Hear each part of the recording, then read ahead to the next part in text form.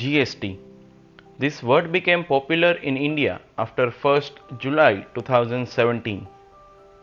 The journey of GST began in the year 2000 when a committee started drafting the law, and it took 17 years when the GST bill was passed in Lok Sabha and Rajya Sabha and the law came into the force.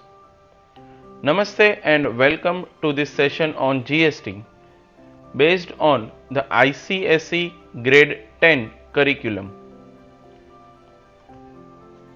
GST stands for Goods and Services Tax.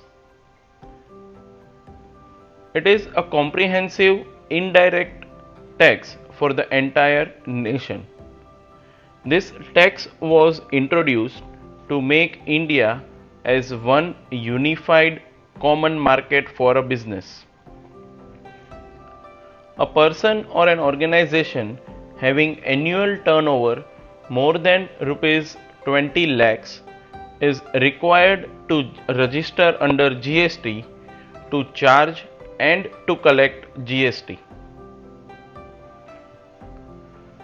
The person or organization registered under GST have to pay GST when they purchase goods.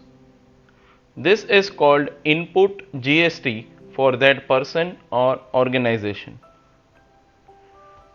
When they sell the same goods, they collect or receive GST.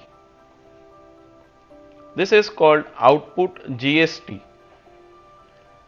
The input GST is set off against the output GST, and only the difference between the two is payable by the person or organization to the government. So, GST is basically value added tax levied on the incremental value of goods. We will discuss more on this point later on in this video.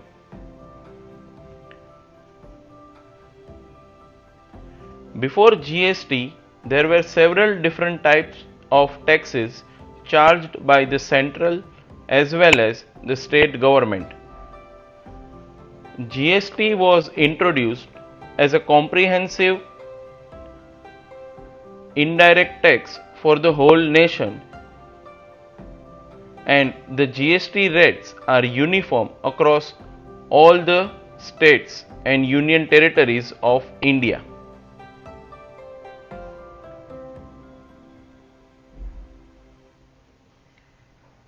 This system is also referred to as one country, one tax.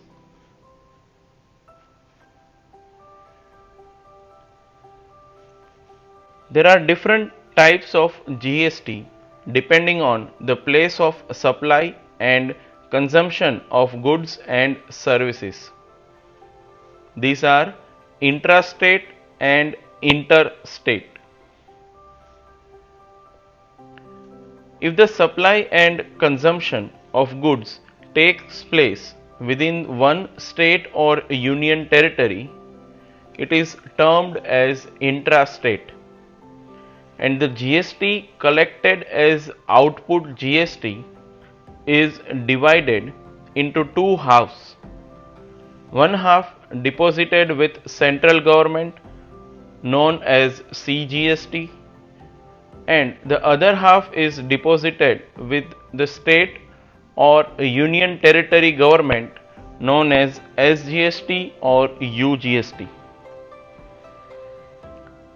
If the supply and consumption of goods takes place between two different states or union territories, it is termed as interstate, and the entire amount of GST collected is deposited with the central government known as IGST or integrated GST. However, the central government distributes the IGST between respective state governments. Let us see how intrastate and interstate GST works. As we know, there are two possibilities of location of supply and consumption of goods or services. One is within a state, that is intrastate, and the other is outside a state, that is interstate. Now if the supply and consumption is within a state and the rate of GST is 12%, then 6% GST will be deposited as CGST and the other 6% as SGST or Union Territory GST, that is UGST. In case of interstate transactions, the entire 12% of GST will be deposited as IGST.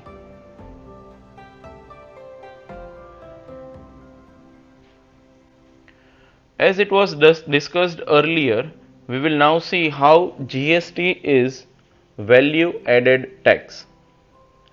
There is a term called input tax credit, or in short ITC. At the time of purchasing goods, a dealer has paid GST as input GST. The dealer uses this input GST as his credit. When he sells the good, he collects the GST as output GST. Net GST payable by the dealer is the difference between the output GST and his input tax credit. This difference in output and input GST arises because of an increase in the value of goods by the dealer. So GST in a way is value added tax. There is a particular sequence in which the tax credit is utilized to reduce the output tax liability. If the dealer's input tax credit is in the form of IGST, then credit will be utilized in the sequence IGST, then CGST, and at last SGST will be paid off. For example, a dealer has rupees 1500 IGST as his input tax credit. His output GST collected is as shown in the table. First of all, he will utilize his 1500 rupees credit against the output IGST of rupees 500. So now 1000 rupees remains as his credit. That will be utilized against rupees 600 of CGST and at last against rupees 600 of SGST. So net payable tax for the dealer is rupees 200. This is because he had paid rupees 1500 as GST at the time of purchasing the goods.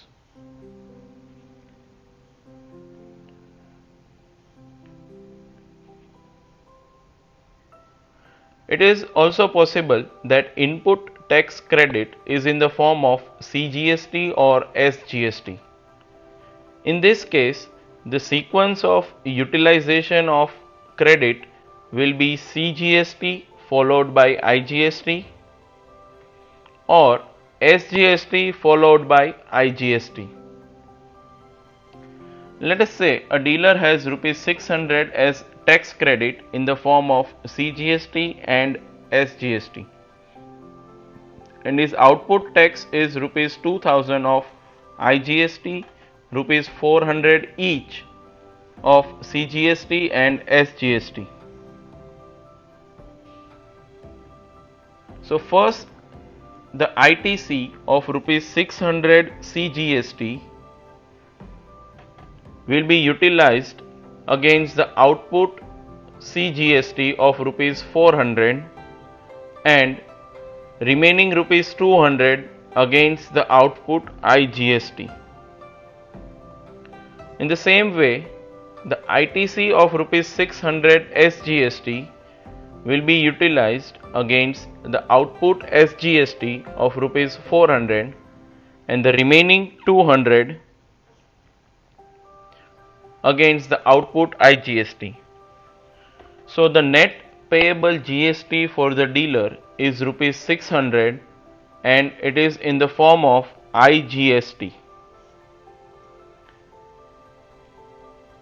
Now in case when the ITC is not utilized completely, the balance is carry forward in the future.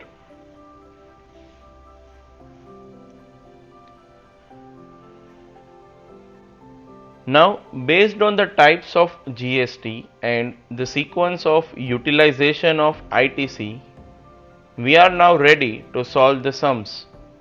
The solutions of sums taken from the ICSE grade 10 curriculum along with their explanation will be taken up in the upcoming video.